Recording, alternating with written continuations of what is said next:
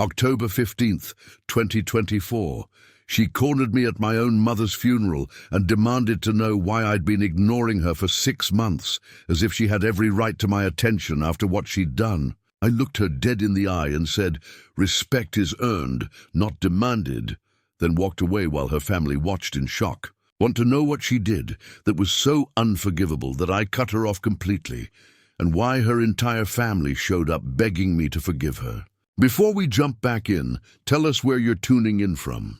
And if this story touches you, make sure you're subscribed, because tomorrow I've saved something extra special for you. The thing about funerals is that they strip away all the pretense. Everyone's raw, vulnerable grieving. It's supposed to be sacred ground, where petty conflicts take a back seat to honoring the dead. But my sister Jessica didn't get that memo. Or maybe she did, and just didn't care. I was standing near the refreshment table at the reception, mechanically accepting condolences from distant relatives and my mother's co-workers, when I felt someone grab my arm. Not a gentle touch, a grip, possessive and demanding. "We need to talk, now." I turned to find Jessica, her perfectly styled auburn hair catching the afternoon light streaming through the community center windows. Her designer black dress probably costing more than the entire funeral service. Her husband Brandon stood a few feet behind her, looking uncomfortable but saying nothing. "As usual, not here." "Not today," I said quietly, pulling my arm free. "Yes, here. Yes, today." Her voice rose slightly, drawing glances from nearby mourners. "You've been ignoring my calls for 6 months, Marcus." 6 months? You blocked me on everything. You won't answer emails. What the hell is your problem? I felt my jaw tighten. The audacity, the sheer, breathtaking audacity of confronting me at our mother's funeral, demanding answers like she was the victim in this situation. My problem? I kept my voice level, aware of the growing audience. "You really want to do this here? I want to know why my own brother won't speak to me. Why have you cut me out of your life like I'm nothing?" One would be, "Don't." The word came out sharp enough that she actually took a step back. "Don't you dare use Mom's name right now. She would have wanted us to work this out," Jessica pressed on, tears forming in her eyes. Performance tears, I recognized them. She'd perfected that trick in high school. "Family is everything. That's what she always said. Respect is earned, not demanded," I replied, my voice calm but cold. "And you lost mine 6 months ago." I walked away, leaving her standing there with her mouth open, her manufactured tears frozen on her cheeks. I could feel dozens of eyes on my back, hear the whispers starting. I didn't care. Let them talk. Let them wonder. Let them judge. My Uncle Robert caught up with me near the exit. "Marcus, what's going on with you and your sister?" "Ask her," I said, pushing through the door into the October air. The parking lot was half empty. Most people still inside sharing stories about my mother, eating finger sandwiches, doing the social dance that follows death. I made it to my truck before the trembling started, not from grief, though that was there, heavy and suffocating, but from pure concentrated anger. 6 months. 6 months since I'd discovered what Jessica had done. 6 months since I'd made the decision to cut her out of my life completely. And she had the nerve to confront me today, of all days, as if she were the wounded party. My phone buzzed. A text from my Aunt Linda. "What happened with Jessica?" "She's crying." "Says you attacked her." Of course she was spinning it that way. That was Jessica's specialty. Always the victim. Always misunderstood. I ignored the text. Another buzz. This time from Brandon, Jessica's husband. "Dude, can we talk?" "She's really upset." I blocked his number. Should have done that months ago. 3 more texts came in rapid succession. Cousins, family, friends, all asking variations of the same question. "What happened? Why won't you talk to your sister?" Family is important. Your mother would want you to reconcile. None of them knew the truth. Jessica had made sure of that, carefully controlling the narrative, playing the confused and hurt sister who couldn't understand why her brother suddenly hated her. She was good at that. Always had been. I started the engine and pulled out of the parking lot, watching the community center shrink in my rearview mirror. Inside, my mother was being remembered by people who loved her. Outside, her daughter was probably already gathering sympathy, painting me as the cruel, heartless son who started drama at a funeral. The truth was so much worse than that. As I drove toward my apartment across town, my mind drifted back to March, 6 months ago, the day everything changed. The day I learned exactly who my sister really was, and what she was capable of doing to the people who trusted her most. That was the day I realized that blood doesn't automatically earn respect. That family isn't just about sharing DNA, that some betrayals are so deep, so calculated, so utterly unforgivable, that the only healthy response is to walk away completely. Jessica wanted to know why I wasn't talking to her. She wanted an explanation, a confrontation, a chance to manipulate and justify and twist reality until she came out looking innocent. She wasn't going to get it. Not from me. Not ever. Because the last time I'd spoken to her 6 months ago, I'd said everything that needed to be said. And I'd meant every word. What I didn't know, driving away from my mother's funeral that October afternoon, was that Jessica wasn't going to let this go. That her confrontation at the funeral was just the beginning. That in the coming days, her entire family would descend on me, demanding I explain myself, demanding I forgive her, demanding I pretend that what she'd done could somehow be swept under the rug and forgotten. They were about to learn the same lesson Jessica should have learned 6 months ago. Respect isn't something you can demand. It's something you earn. And once you lose it through your own actions, no amount of tears or manipulation or family pressure can get it back. But I'm getting ahead of myself. To understand why I cut my sister out of my life, why I refused to speak to her even at our mother's funeral, you need to know the whole story. You need to know what happened 6 months ago, and what Jessica did that was so unforgivable that I decided she no longer existed to me. So let me take you back to where it all began. March 2024. 6 months before the funeral. Life was good. Really good, actually. I'd just turned 32. My custom furniture business was finally turning a real profit after 5 years of grinding. And I'd saved enough to put a down payment on a small workshop space in the industrial district of Portland. No more working out of my cramped garage, dodging my landlord's complaints about the noise. Jessica had been the first person I'd called when I signed the lease. "Marcus! Oh my God, I'm so proud of you!" Her excitement had sounded genuine through the phone. "We need to celebrate. Dinner this weekend? Bring Sarah. Brandon and I have been dying to meet her. Sarah Mitchell, my girlfriend of 8 months. She was a pediatric nurse at Oregon Children's Hospital, with this infectious laugh and a habit of leaving sticky notes with terrible puns on my bathroom mirror. She made me coffee every morning she stayed over, always remembered how I liked it, never made a big deal about my weird woodworking schedule. She'd love that, I'd said. "Saturday work? Perfect. I'll make reservations at that Italian place downtown." Her treat, that was Jessica in those days. Supportive, enthusiastic, the kind of older sister who genuinely celebrated your wins. We'd always been close growing up in Seattle, even with the 4-year age gap. When our dad died of a heart attack during my sophomore year of college, Jessica had flown in from Portland, helped me pack up my dorm, and convinced me not to drop out. "Dad would want you to finish," she'd said, sitting on my twin bed surrounded by half-filled boxes. "He was so proud when you got accepted to University of Washington." She'd been right. I finished my degree in business administration, even though my heart was in woodworking. The degree helped me understand the financial side of running a shop. But my real education came from apprenticing with old craftsmen, learning traditional joinery techniques, developing my eye for quality materials. Jessica had married Brandon Caldwell 3 years ago. He worked in tech sales, pulled in a comfortable 6-figure salary, and they'd bought a beautiful craftsman-style house in the Selwood neighborhood. Brandon was fine, a bit bland, a bit too focused on market trends and investment portfolios, but he treated Jessica well, and that's what mattered.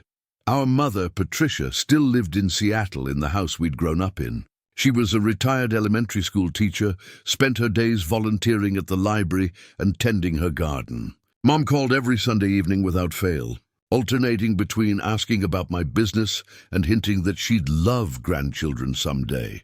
"I'm not rushing you," she'd say, in that way that absolutely meant she was rushing me. "I'm just saying, Sarah seems lovely from what you've told me."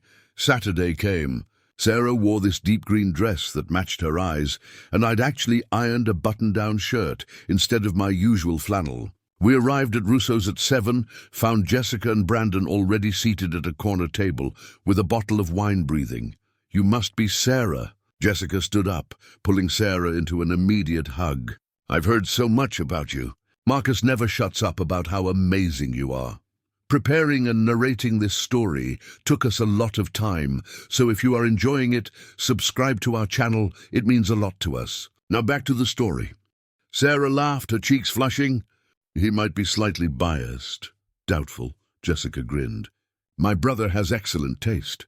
Have you seen his furniture? The dining table he made me for our anniversary is absolutely stunning. Dinner was easy, comfortable." Brendan talked about some startup he was consulting for. Jessica shared funny stories from her job as a marketing director at a boutique firm downtown. Sarah fit right in, swapping medical stories that made us all laugh and cringe simultaneously. "So this toddler somehow managed to stick a crayon up his nose," Sarah was saying, her hands animated. "Not just any crayon, the whole thing. Like, how is that even physically possible? Kids are basically tiny drunk people with no regard for their own safety," Jessica observed, refilling our wine glasses. "That's why I'm in no rush," Brandon shifted slightly. It was subtle, but I caught it. A flicker of something across his face. Disappointment? Frustration. But it was gone before I could analyze it. "The workshop is going to change everything," I said, steering the conversation back. "I can finally take on bigger commission pieces. Maybe even hire an assistant eventually. Have you thought about expanding online?" Brandon asked. "Custom furniture is huge right now. Instagram marketing, influencer partnerships. You could scale up significantly. Maybe eventually," I said. "Right now I just want to focus on the craft. Building a reputation locally first. Marcus is old school," Jessica told Sarah with affection. "He'd still be using hand tools exclusively if I hadn't dragged him into buying a table saw." "Hand tools give you better control," I defended. "There's a connection between maker and material that power tools can't replicate." "There's also something called efficiency," Jessica teased. "But that's why people pay premium prices for your work. They know it's made with actual care and skill." We stayed until the restaurant was closing, laughing over tiramisu and espresso, making plans to get together again soon. Maybe a camping trip once summer hit. Maybe Sarah could come with me to Seattle for Mom's birthday in April. As we left, Jessica hugged me tight. "I'm really happy for you, little brother." "The workshop, Sarah, all of it. You deserve this." "Thanks, Jess. That means a lot." Sarah and I drove back to my apartment, her hand resting on my thigh while I navigated the late-night traffic. "Your sister's great," she said. "You two are really close." "Yeah, she's always had my back. Even when we were kids and I'd do something stupid, she'd cover for me. Take the heat from Mom and Dad." "That's rare," Sarah said softly. "My siblings and I barely talk. You're lucky to have that." I was lucky. I had a business trip, a woman I was falling in love with, a sister who supported me, a mother who loved us both fiercely, even if she was a bit overbearing sometimes. 2 weeks later, my entire world would implode, but in that moment, driving through Portland with Sarah beside me, the city lights blurring past, I genuinely believed I had it all figured out. I believed family meant something permanent and unshakable. I believed that loyalty was reciprocal, that the people closest to you would never deliberately hurt you. I believed Jessica when she'd said she had my back. I was wrong about all of it. The cracks were already forming, invisible fault lines beneath the surface of my perfect life. I just didn't see them yet, didn't notice the way Brandon had looked uncomfortable when Jessica mentioned not wanting kids, didn't think twice about how Jessica had asked detailed questions about Sarah's schedule at the hospital. Didn't register the calculating look in her eyes when I'd mentioned the workshop lease. All the warning signs were there, I just wasn't paying attention. Within 2 weeks, everything I'd built, everything I'd trusted, would shatter. And the person holding the hammer would be the one person I'd never suspected. My sister. The call came on a Tuesday morning. Early. Too early. I was in the new workshop, running my hand over a piece of black walnut I'd been aging for a commission piece when my phone buzzed. Sarah's name on the screen. "Hey, you okay?" I answered. She didn't usually call during her shift. Silence, then a shaky breath. "Sarah? Can you come to the hospital?" Her voice was wrong. Thin, fragile. Not the ER, the staff parking garage. "Level 3. My stomach dropped. "Are you hurt? What happened?" "Just, please come, now." I grabbed my keys and drove faster than I should have, my mind racing through possibilities. Accident, family emergency. She'd sounded scared, and Sarah didn't scare easily. This was a woman who dealt with pediatric traumas without flinching. I found her sitting on the concrete curb next to her Honda Civic, still in her scrubs, mascara streaked down her cheeks. The moment she saw me, she started crying harder. "What's going on?" I crouched in front of her, hands on her knees. "Talk to me." She pulled out her phone with trembling fingers, opened her photos, and handed it to me without a word. The first image made no sense. A screenshot of text messages. Then I saw the contact name at the top, Brandon Caldwell, my brother-in-law. I started reading. "Brandon, I can't stop thinking about last night. Your incredible unknown number, we shouldn't have. This is so wrong. Brandon, wrong, but it felt so right. When can I see you again? Unknown number, Brandon, we can't. Your wife is Marcus's sister. Brandon, Jessica doesn't have to know. This can be just between us." My hands went numb.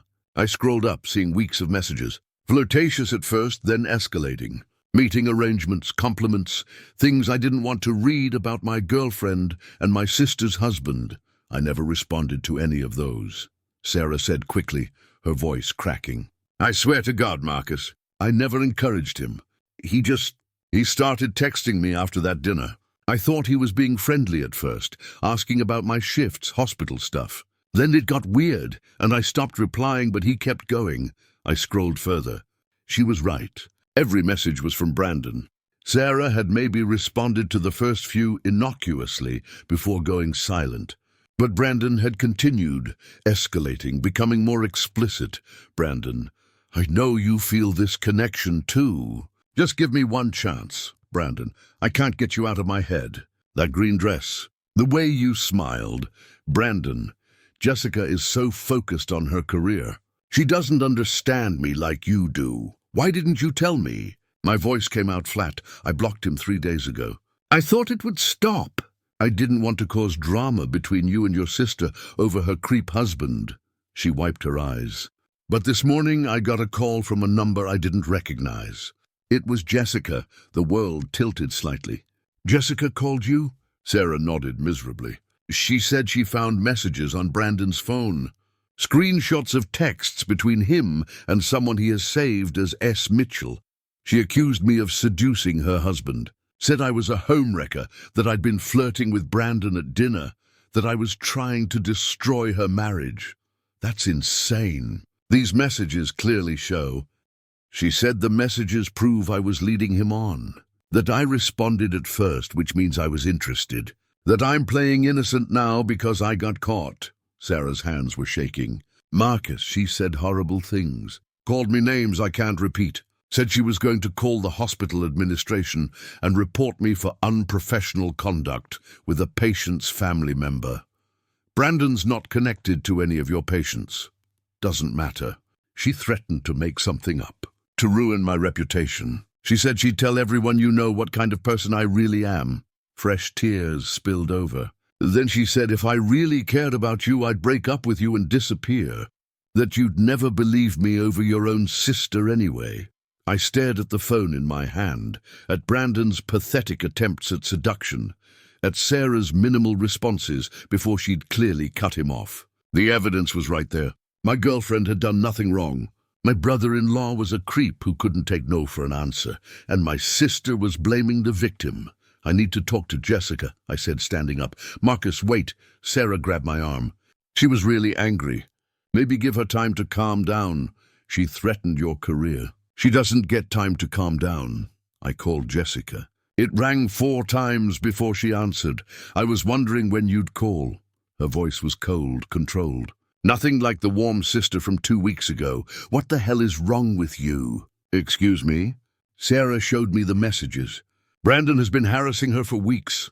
She blocked him. She did nothing wrong. That's her story, is it? Jessica laughed bitterly. Of course she'd show you a carefully curated version. Did she show you flirting at dinner? The way she touched his arm? The looks? There were no looks, Jess. Your husband is making unwanted advances, and you're attacking his victim instead of dealing with him. My husband, she emphasized the word, made a mistake because some nurse decided to play games with him. She responded to his texts at first. That's encouragement. She responded politely twice before ignoring him completely. That's called being civil, not encouragement. You're defending her. Jessica's voice rose. Your girlfriend tries to seduce my husband, and you're taking her side? Sarah didn't try to seduce anyone. Brandon is the one who... I don't want to hear it, she cut me off. You have a choice, Marcus. Her or your family. Because if you stay with that woman, you're choosing to disrespect me, my marriage and Mom. I felt something cold settle in my chest. Don't bring Mom into this. Mom would be devastated to know the kind of person you're dating. A homewrecker. Someone who goes after married men. Stop calling her that. Why? Because the truth hurts? Jessica's voice dripped with venom. I've been nothing but supportive of you. I celebrated your business. I welcomed her into our family. And this is how she repays me. By going after my husband? Jessica, listen to yourself. You're twisting. No, you listen. I'm your sister. We've been through everything together. Dad's death, your college struggles, building your business. I've always been there for you. And now you're going to throw that away for some girl you've known for 8 months. Some girl who did nothing wrong except be polite to your creepy husband. Get out. Her voice went quiet, dangerous.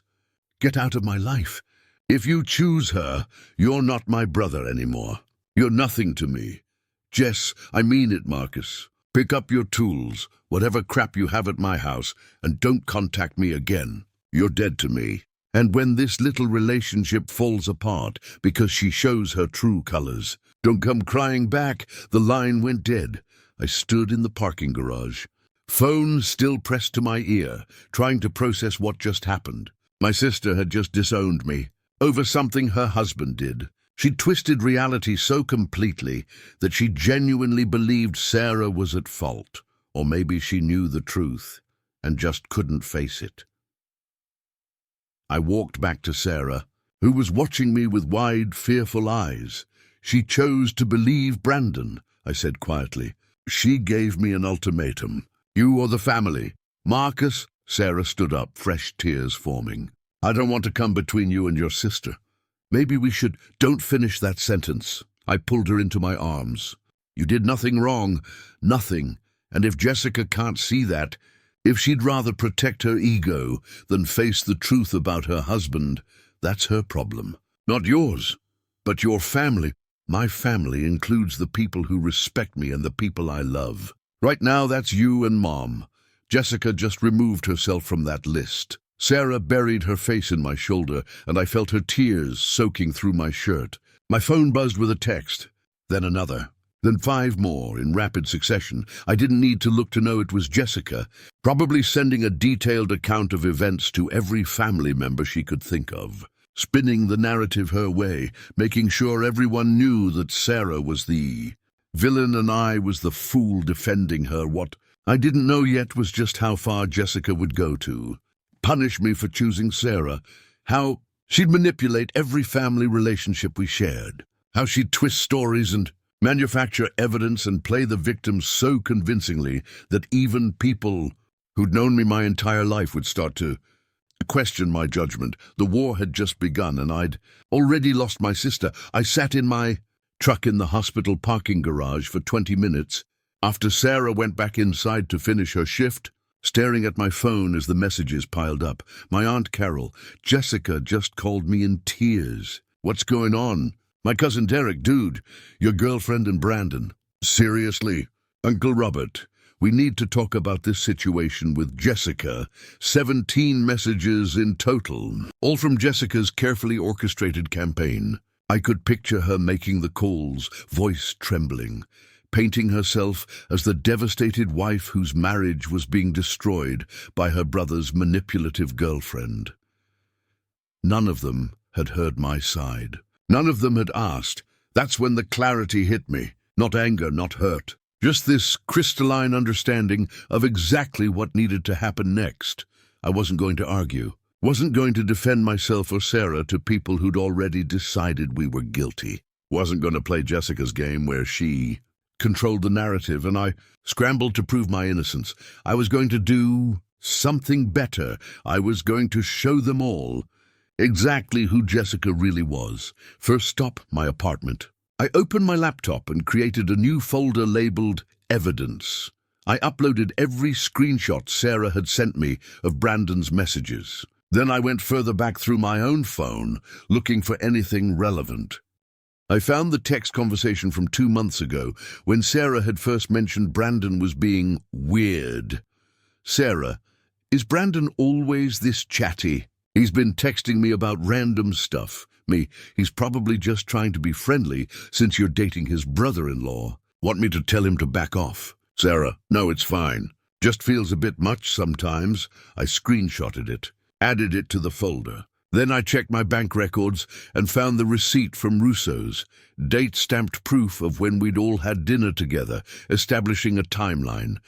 Next, I opened a document and started writing. Not emotionally, not defensively. Just facts in chronological order. March 8th, dinner at Russo's with Jessica, Brandon, and Sarah. March 10th, Brandon begins texting Sarah per her screenshots.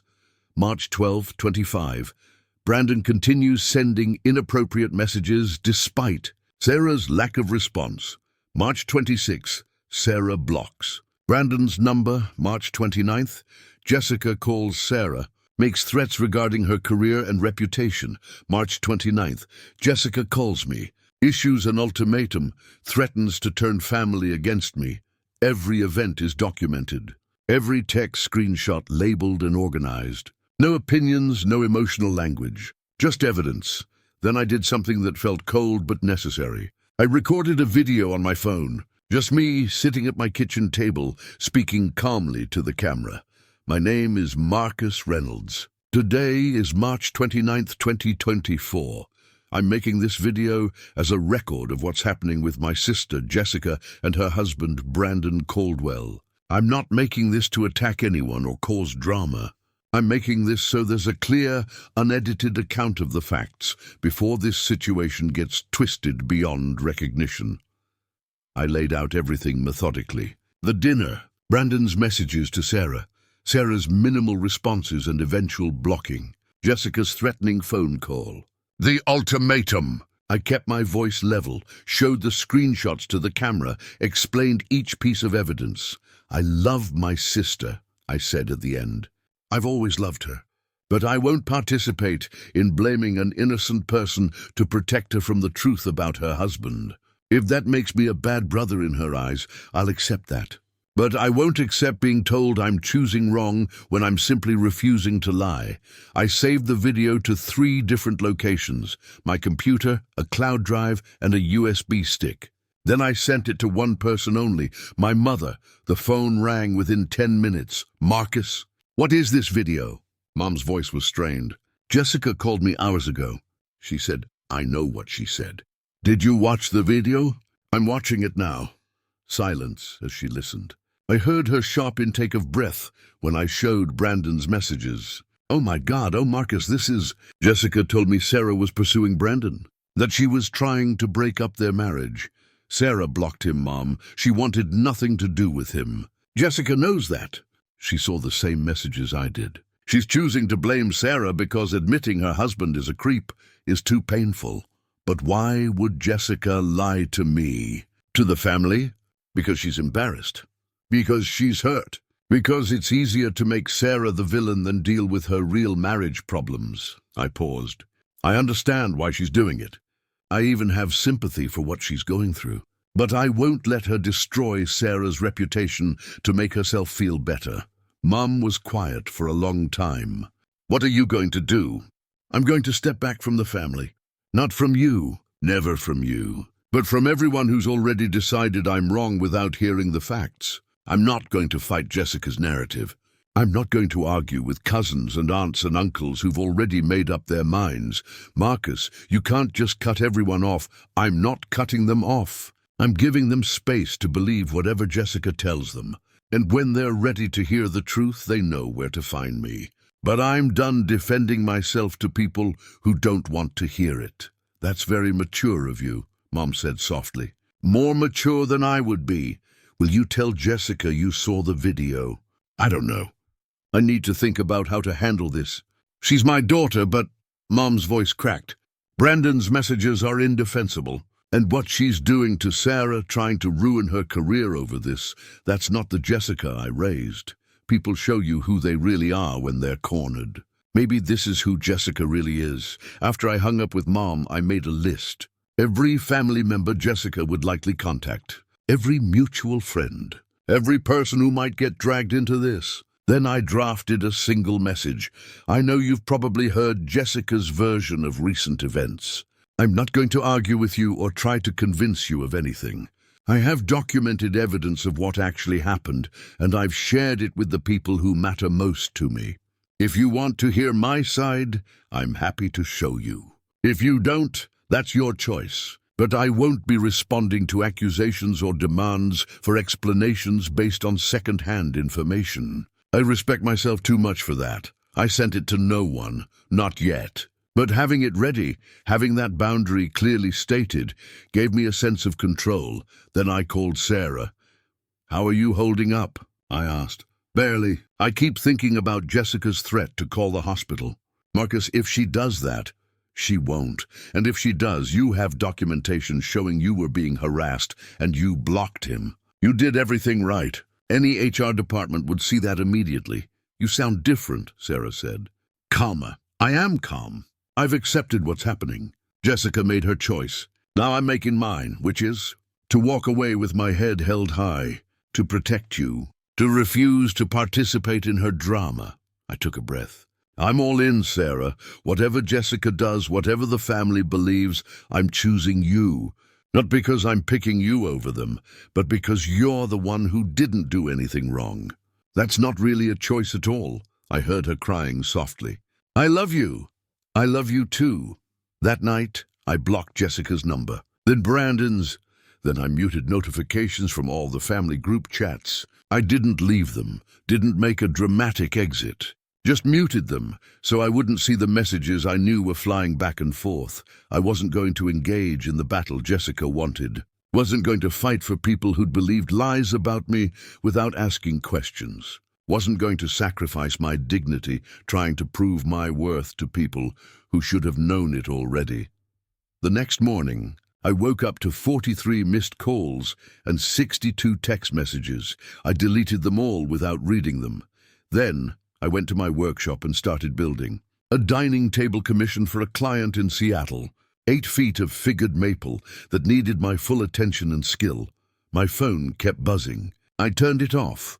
For the first time in 24 hours, I felt peace. Jessica had thrown her grenade into my life, trying to blow everything up so she could rebuild the narrative in her image. But I'd done something she didn't expect. I'd walked away from the explosion entirely, and in doing so, I'd taken away all her power. The first week was the hardest, not because I doubted my decision, but because the sheer volume of attacks was overwhelming. Jessica had mobilized every single person in our family's orbit, and they came at me in waves. Day 2 brought my Aunt Carol to the workshop. She didn't knock, just walked right in while I was applying oil finish to the maple table. "Marcus Anthony Reynolds, you look at me right now." I set down my rag slowly, turned to face her. "Aunt Carol, this is a private workspace. I don't care. Your sister is having a breakdown because of you. Do you have any idea what you're putting her through?" "I'm not putting her through anything. Her husband harassed my girlfriend. Jessica chose to blame the victim. Those are facts." "Facts?" Carol's face reddened. The fact is, you're choosing some nurse over your own flesh and blood. Your sister who raised you after your father died. Jessica didn't raise me. She was in college when Dad died. And even if she had, that doesn't give her permission to destroy an innocent person's reputation. Innocent? Carol laughed harshly. Women like her know exactly what they're doing. Batting their eyes at married men, playing innocent when they get caught. I picked up my phone, pulled up one of Brandon's messages, and held it out to her. Read this. Sarah never batted her eyes at anyone. Brandon sent 53 messages. Sarah responded to exactly 4 before blocking him. That's not seduction. That's harassment. Carol barely glanced at the screen. Those can be faked. They're not faked. And you know it. You just don't want to admit Jessica's husband is a creep. Get out of my shop, Aunt Carol. I have work to do. Your mother is disappointed in you, she said, playing what she thought was her trump card. I spoke to Mom yesterday. She's seen all the evidence. She knows the truth. That stopped her. Patricia knows? Everything. And she agrees Sarah did nothing wrong. It was a slight exaggeration. Mom was still processing, but Carol didn't need to know that. She left without another word. But not before saying, "You'll regret this, Marcus. Family is forever. Girlfriends are temporary." Day 4 brought a letter. Actual handwritten letter, delivered to my apartment. From Jessica. I recognized her handwriting immediately, that perfect Catholic school cursive she'd always been proud of. I almost threw it away unopened, but curiosity won. Marcus, I can't believe it's come to this. My little brother, my best friend, completely abandoning me in the worst moment of my life. Do you have any idea how humiliated I am? How betrayed I feel? Brandon admitted everything. He said Sarah led him on, made him think she was interested, then played victim when I found out. He's devastated. We're in marriage counseling trying to fix what she broke, and you're taking her side. The woman who destroyed my marriage is being protected by my own brother. Mom might believe your lies now, but she'll see the truth eventually. Everyone will. Sarah will show her true colors, probably cheat on you, just like she tried to steal my husband, and you'll be left with nothing. No girlfriend, no family, no support system. I hope she's worth it. I hope when you're alone and miserable, you remember that you chose this. You chose her over me. Don't contact me again. You're not my brother anymore. Jessica. I read it twice, looking for any hint of self-awareness, any acknowledgement that Brandon was the one who'd done something wrong. Nothing. She'd completely rewritten reality in her head, made Brandon the victim too, made Sarah this calculating homewrecker. I took a photo of the letter and saved it to my evidence folder. Then I threw the original away. By day 7, the family group chat I'd muted had 847 unread messages. I finally looked. Most were from Jessica, sharing her version of events in excruciating detail. Long paragraphs about how much she'd sacrificed for me over the years, how she'd always been there, how betrayed she felt. Stories I didn't remember, or that were drastically exaggerated.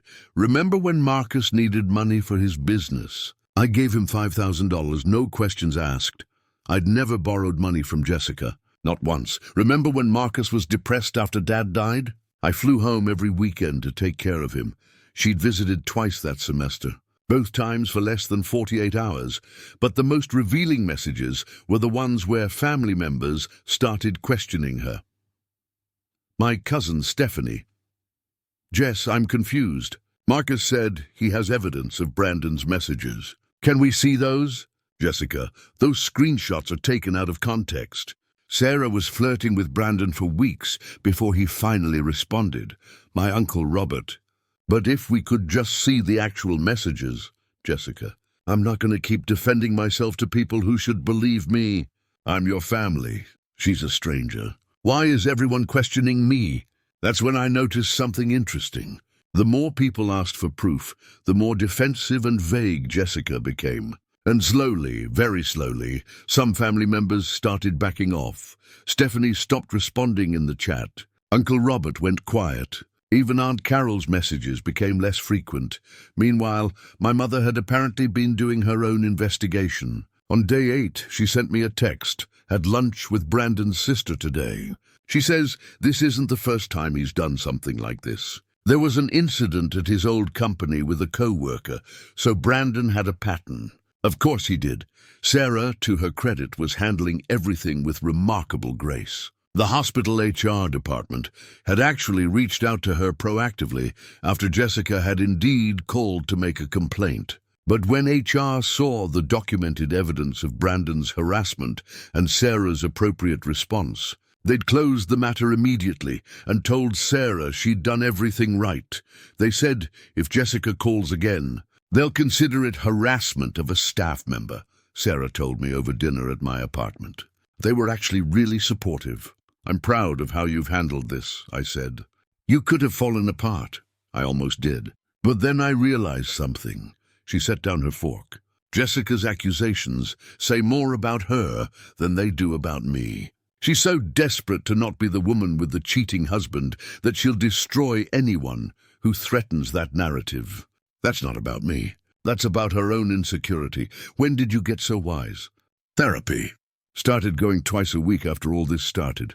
She smiled weakly. My therapist says you've handled this really maturely too. The whole not engaging thing, setting boundaries. She called it radical acceptance. What's that? Accepting that I can't control Jessica's narrative or what people choose to believe. I can only control my own actions and know my own truth. By week 3, something shifted. My phone stopped buzzing constantly. The messages slowed to a trickle. The family had apparently exhausted themselves trying to break me down, and my complete non-engagement had left them with nowhere to go. Jessica posted on Facebook a long emotional post about betrayal and family and standing by your spouse through difficult times. She didn't name me or Sarah directly, but everyone knew. The comments were a mix of support and subtle questions. I didn't respond, didn't react, didn't even look at it more than once. My business, ironically, was thriving. Turns out that channeling emotional turmoil into woodworking produces excellent results. The maple dining table was the best piece I'd ever made, and the client loved it so much they commissioned matching chairs. I hired my first employee, a young guy named Tyler, who'd just graduated from a carpentry program. Having someone else in the workshop, someone who knew nothing about my family drama, was refreshing. You seem really zen for a business owner, Tyler observed one afternoon while we were cutting dovetails. My dad owns a plumbing company and he's stressed 24/7. I learned recently that you can't control other people's reactions, I said, measuring twice before cutting. You can only control your own actions and your own peace. Everything else is noise. Deep, man. Week 4 brought an unexpected visitor, Brandon. He showed up at the workshop late on a Friday looking haggard. I was alone. Tyler had already left for the day. We need to talk, he said from the doorway. No, we don't. I continued sanding the chair rail I'd been working on. Marcus, please. This whole thing has gotten out of control. You harassed my girlfriend. Your wife blamed her. I made my position clear. There's nothing else to discuss. I made a mistake, Brandon said, stepping inside. I was going through something. Marriage was rocky, I don't know. But Jessica is making me out to be this villain, when it was I just thought Sarah was nice, and I misread signals. I stopped standing, turned to look at him. You sent 53 messages after she stopped responding. That's not misreading signals. That's harassment. I was drunk for some of those. Being drunk doesn't make it better, Brandon. It makes it worse. You made unwanted advances on someone. She clearly rejected you, and instead of apologizing and backing off, you kept pushing. Then when you got caught, you blamed her. Jessica needed to hear that it wasn't all my fault, so you threw Sarah under the bus to save your marriage. He looked at the floor. Yeah, I guess I did. At least he was honest about it. That was something. What do you want from me? I asked. Tell Jessica you forgive me. Tell her we can all move past this. She's obsessed with getting you back, and she won't let it go until you do.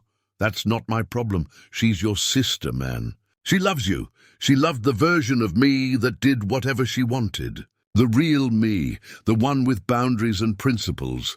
She called that version dead to her. I picked up my sanding block again. Tell Jessica that if she wants a relationship with me, she can apologize to Sarah, publicly. Admit what really happened. Clear Sarah's name with every family member she lied to and mean it. Then maybe we'll talk. She'll never do that. I know. Brandon left and I went back to sanding. The wood beneath my hands was smooth, honest, predictable. You treat it with respect and skill, it becomes something beautiful. You rush it or ignore its grain, it splinters and breaks. Relationships were the same way, I was learning. Respect wasn't something you could demand or fake. It was something you earned through consistent, honest action. And once you lost it through betrayal or manipulation, no amount of family ties or shared history could get it back. Jessica had lost my respect. She'd have to earn it back, and based on everything I'd seen over the past month, she had no intention of trying. September came with the news I'd been dreading but expecting. Mom called on a Tuesday evening. Her voice was different, heavy. "Marcus, honey, I need to tell you something." My stomach dropped. "What's wrong?" "I went to the doctor last week for some tests. They found a mass in my pancreas." She paused. "It's cancer, sweetheart. Stage 3. The workshop walls seem to close in." "What's the prognosis?" "They're starting treatment next week. Chemo, possibly surgery if the tumor responds. Dr. Harrison says we caught it earlier than most cases. So that's good." She tried to sound optimistic, but I could hear the fear underneath. "I'm coming to Seattle. I'll stay with you during treatment." After we hung up, I sat in the dark workshop for an hour, just breathing. Sarah was at my apartment within 20 minutes when I called her. "I need to go to Seattle for a while." "Stay with Mom during treatment, of course. I'll help however I can. I haven't talked to Jessica in 6 months. Mom's going to want us both there." My phone buzzed. "A text from an unknown number. Mom told you, didn't she? We need to talk. For her sake." J.I. waited 3 days before replying. "I'll be in Seattle next week to help with Mom's treatment. We can talk then if you want. But Sarah did nothing wrong and I won't pretend otherwise." The response came within minutes. "Fine, but she's not welcome at Mom's house." The following Monday, I drove to Seattle. Mom looked smaller somehow, more fragile when she met me at the door. Over dinner, we talked about the treatment plan. 6 rounds of chemo, 3 weeks apart. "Jessica's coming over tomorrow," Mom said carefully. I asked her to. "I need both my children here, Marcus. I can't do this with you two not speaking. Mom, I'm not asking you to fix everything. I'm just asking you to be civil. For me, how could I say no to that?" Jessica arrived at 10 the next morning. She stopped when she saw me sitting at the kitchen table. "Marcus." Her voice was neutral, guarded. "Jessica." She looked different. Thinner, with dark circles under her eyes. Her hair was shorter, cut into a severe bob that didn't suit her. "How's Brandon?" I asked. We separated in July. Divorce should be final by December. Mom set down coffee for Jessica. "Girls, please." "I'm not a girl, Mom. I'm 36 years old." Jessica's voice cracked. 36, getting divorced, and my mother has cancer. "And my brother won't even speak to me. You told me not to contact you," I said quietly. "You said I was dead to you. I was angry. I was hurt." She stopped, staring into her coffee. "I thought if I could make everyone see it my way, it would make it true. That if I convinced the family Sarah was the villain, it would mean Brandon was just weak, not evil." "It didn't work." "No, it didn't." She looked up, eyes red. "He blamed me for driving you away. Then he moved on to someone else like I was nothing." "There were others before her too, Jessica," Mom said gently. "Maybe this is an opportunity to clear the air." "I don't know how," Jessica said, looking at me. "I said terrible things about Sarah. I told lies to the whole family. I threatened her job." "Yes, you did all of those things. And you want me to what? Apologize?" "That would be a start," she laughed bitterly. "Just say sorry and everything's fixed?" "I never said it would fix everything, but it would be the truth. I know they're facts." Jessica's voice rose. "I've known for months. Brandon has a pattern. Sarah was just another target, and she actually shut him down. But by then, I'd already burned every bridge with you. How do you come back from that?" "You just do it," I said. "You apologize to Sarah. You tell the truth to everyone you lied to. The family will hate me. The ones who matter will respect you more for owning the truth." Jessica cried silently into her hands. Mom reached over and squeezed her shoulder. "I'm scared," Jessica whispered. "Scared of being the villain." "Dignity isn't pretending you're perfect," I said. "It's being honest when you're not." She looked at me with puffy eyes. "Would you forgive me? If I did all that, I'd be willing to start rebuilding trust, slowly. What about Sarah? That's between you and her. But she deserves an apology more than anyone." Jessica nodded. "Okay, I'll do it. I'll call everyone I lied to. I'll write to Sarah. I'll tell the truth." "When?" "This week, before Mom starts chemo." But as the afternoon wore on, I watched Jessica carefully, noticed how she kept glancing at her phone, how she'd say she'd do something, but never commit to specifics. "Do you believe her?" I asked Mom after Jessica left. Mom was quiet. "I want to believe her. That's not the same thing." "No, it's not." The next morning, Jessica didn't show up. She texted Mom saying she had a migraine, would come tomorrow instead. Tomorrow came. Another excuse. A work emergency. By day 4, Mom looked at me sadly. "She's not going to do it, is she?" "No, she's not." Jessica finally showed up on day 5, but she didn't bring apologies. She brought conditions. "I've been thinking," she said, standing in the doorway. "I'll apologize to Sarah if she apologizes too." "For what?" I asked. "For not being more clear with Brandon from the start.